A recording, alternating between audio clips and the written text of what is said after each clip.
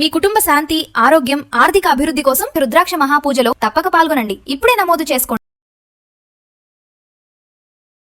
Hi viewers, India's largest digital media network Suman టీవీకి స్వాగతం. ప్రస్తుతం మనతో ఉన్నారండి డాక్టర్ సమరం గారు. అందరికీ తెలిసిన వారు, సుపరిచితులు. నిజంగా స్వాతి అంటేనే, ఆ దినపత్రిక అంటేనే సమరం గారు. వారి కోసమే ఆ దినపత్రికల్ని కొంటారు అని అందరికీ తెలుసు. అప్పట్లో అందరూ హాస్టల్లో అయితేనేంటి, జాబ్ చేసే వాళ్ళు ఏంటంటే, ఇంట్లో భర్తలు ఏంటనే అందరూ దొంగగా వాళ్ళ దిండ్ల కింద కూడా పుస్తకాలు పెట్టుకునేవారు. అవునా కదా? సో అలాంటి సమరం గారితో ఈరోజు సూపర్ ఇంటర్వ్యూ చేద్దామండి. నమస్తే. సో ఇప్పుడు సమరం గారితో ఫటాఫట్ ధనాధన ఆన్సర్. నేను ఫటాఫట్ క్వశ్చన్స్ అడుగుతా, సార్ ధనాధన ఆన్సర్స్ ఇస్తారు. సార్ అంటే మీరు నిజంగా మీరు ఇప్పుడు ఇందాక ఇద్దరు పిల్లలు అని అంటే నాకు ఒకటే డౌట్ వచ్చింది. సెక్స్ ఎడ్యుకేషన్ అంటే ఓన్లీ శారీరక విషయాలేనా, లేదా నిజంగానే సమాజానికి సంబంధం ఉందా? ఎందుకంటే మీరు ఇద్దరు పిల్లల్ని తీసుకొని నిజంగా ఒక సెక్స్ ఎడ్యుకేషన్ చేశారు అంటే, ఇప్పట్లో అది లేకనే చాలా ప్రాబ్లమ్స్ వస్తున్నాయి. పేరెంట్స్ చెప్పాలి అంటే సిగ్గుపడతారు ఇంట్లో, పిల్లలకి ఎలా చెప్పాలి అనేది. స్కూల్లో టీచర్స్ చెప్పాలంటే వాళ్ళు సిగ్గుపడుతున్నారు. బట్ ఇది నిజంగా ఓన్లీ శారీరకమేనా, లేదంటే నిజంగా సొసైటీతో సంబంధం ఉందా? ఈ సొసైటీతో 100% సంబంధం ఉంది. ఇంకోటి, ఇది మామూలుది కాదు, ఇది సైన్స్. సైన్స్ మనం ర్యాబ్ ఫ్రాగ్ యొక్క రీప్రొడక్షన్ చదువుతాం, ఎత్తాంచి రీప్రొడక్షన్ చదువుతాం, ఐమోబాగ్ రీప్రొడక్షన్ చదువుతాం. మన గురించి మనం చదువుతాం, మన గురించి తెలియదు. కప్ప రీప్రొడక్షన్ తెలిసింది, ర్యాబిట్ గురించి తెలిసింది, ర్యాట్ గురించి తెలిసింది, అన్ని తెలుస్తాయి. మన గురించి మనకి దట్ వెరీ పిట్టి. అంచేత ఇదేంటంటే, మనలో సెక్స్ ఎడ్యుకేషన్, మనలో వచ్చే వయసు రీత్యా వచ్చే మార్పుల గురించి, వాటి గురించి, ఆడపిల్ల వాళ్ళు వచ్చే హార్మోన్ గురించి తెలియాలి, మగపిల్లాడు మగవాడు తెలియాలి, వాడు చేంజెస్ గురించి తెలియాలి, లేదా భయపడతారు. ఇప్పుడు చాలా మంది ఈ రోజుకి చాలా మంది ఆడపిల్లలు 13-14 నాకు ఏదో గడ్డ వస్తుందండి అని వీళ్ళు కళ్ళ నీళ్ళు పెట్టేస్తారు. ఇప్పటికీ అరే అది అక్కడ బ్రెస్ట్ టిష్యూ అది అలా పెరుగుతుంది, ఆ మెమరీ గ్లాండ్ అనే ఆలోచన తల్లులు తీసుకొస్తారు. విచిత్రంగా తల్లులు భయపడి తీసుకొస్తారు. అలా మోపేస్తారు. వీడేమో ఏంటండి తల్లి నిద్రలు లేచించుండండి పిల్లాడికి, చిన్న పిల్లాడికి ఇది అప్పుడు లేచించండి ఏంటి, ఇదే తప్ప అని అడుగుతుంటారు. అరే మగ పిల్లలకి యూరినరీ బ్లడ్ నిండిపోతే నా నర్వస్ స్టిమ్యులేషన్ వచ్చి వాళ్ళు ఏ డిజైర్ అసలు లేచించుంటుంది. ఐదు మామూలుగా మగవాడు మామూలు పగడు పెళ్ళైన వాడు కూడా తెల్లవారుజామున వాడికి పెళ్ళి అసలు వయసు ఇచ్చిన కుర్రవాడికి మీకు ఒక హార్మోన్ అర్ధరాత్రి 2 గంటల నుంచి ఉదయం దాకా ఆ టెస్టోస్టెరాన్ హార్మోన్ విడుదలవుతుంది. యూరినరీ బ్లడ్ నిండి ఉంటుంది.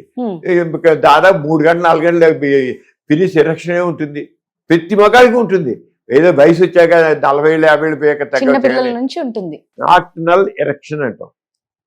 నిద్రలు తెలియపోవచ్చు, కానీ ప్రతి మగ పిల్లవాడికి యుక్త వయసు వచ్చే గెలిచి 40 ఏళ్ళు వచ్చేదాకా ప్రతిరోజు 3 to 4 hours 20 minutes ఎరెక్షన్ ఉంటుంది. అందుకని మళ్ళీ మధ్యలో కొంచెం గ్యాప్ డౌన్ అవుతుంది, మళ్ళీ వస్తుంది హార్మోన్. అది ఇవన్నీ తెలియాలండి. This is science. అలాగే వీళ్ళు యుక్త వయసులో లేనిపోయిన ఎమోషన్స్ తో వాళ్ళు ఏదో ప్రేమ అంటారు. ప్రేమ కాదు, అది ఓన్లీ ఇన్ఫార్చుయేషన్. ఇవన్నీ చెప్పుకోవాలి మనం. అది దానికి మంట కంట్రోల్ చేయాలి. అలాగే వాళ్ళు గర్భం రావడం గురించి, ఎలా గర్భం వచ్చింది, ఒక్కసారికి ఏం గర్భం వచ్చినా సరిగ్గా ఆ టైంలో అండం విడుదల, ఆడపిల్లకి నెల మధ్యలో అండం విడుదల అవుతుంది. సరిగ్గా ఆ రోజు సెక్స్ లో పాల్గొన్నారు అనుకోండి, గర్భం వస్తే అది తెలియక అది సోషల్ ప్రాబ్లం కదా, కుటుంబానికి సమస్య, సమాజంలో ఎన్ని రకాలు ఉన్నాయి.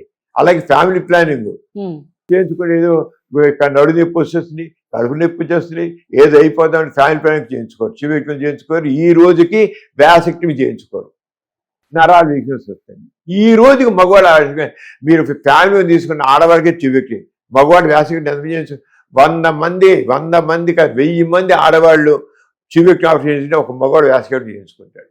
అరే పిల్లలు కానీ వస్తుంది, మళ్ళీ ఇంకోసారి ఆపరేషన్ ఏంటి? 9 మాసాలు మోసి నానా బాధలు పడుతుంది. మగవాడికి ఆఫ్టర్ ఆల్ 5 minutes 10 minutes అయిపోతుంది వ్యాసెక్టమీ చేయడం. ఇలా చేస్తే వాసి లైగెండ్స్ వదిలేదు, దానికి వాడు నరం కట్ చేస్తారు, నరాలు వీక్నెస్ వస్తుంది అనుకుంటారు. ఇది సైన్స్ కదా? ఇది తప్ప? ఇది అలాగ అర్థమే తెలుసుకోండి తప్ప, వీర్యం పోవడం తప్ప.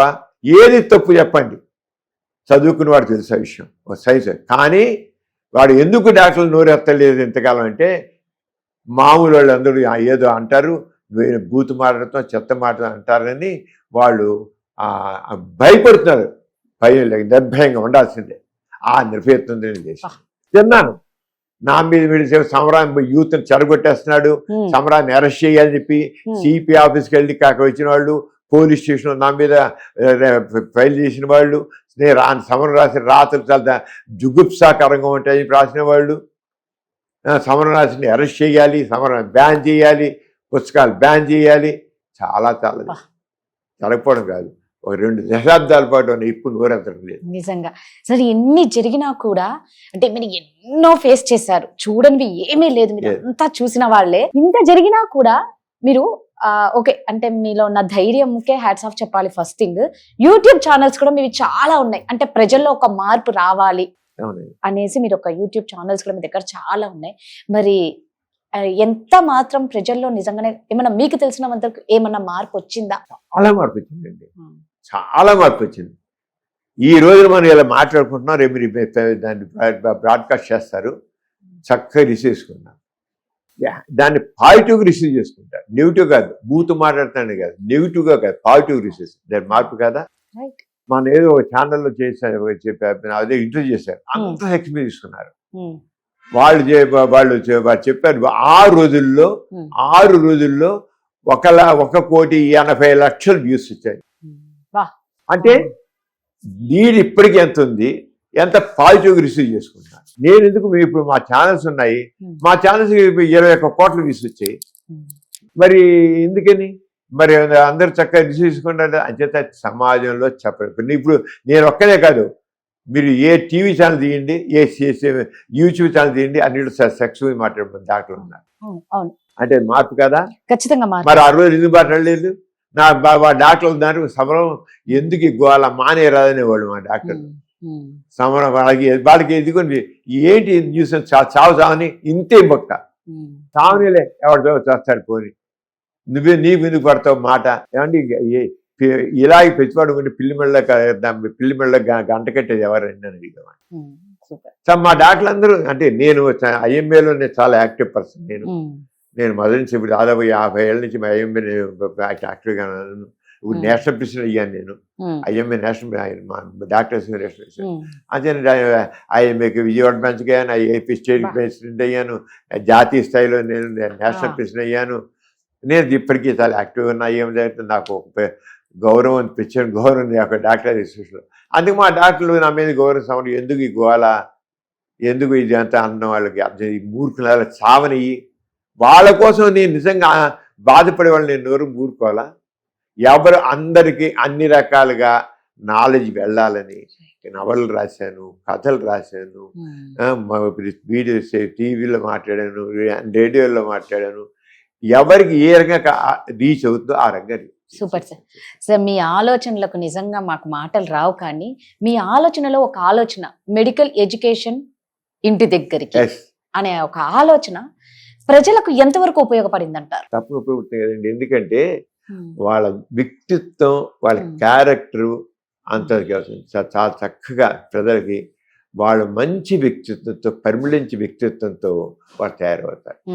ఎప్పుడైతే నాలెడ్జ్ ఉంటుంది, నాలెడ్జ్ ఈజ్ పవర్ అంటుంది. అంచేత తప్పకుండా మార్పు వస్తుంది. ఏదైనా మంచి చెబితే ఎప్పుడైనా వస్తుంది. అదే నేనే తప్పు రాదని అన్ను.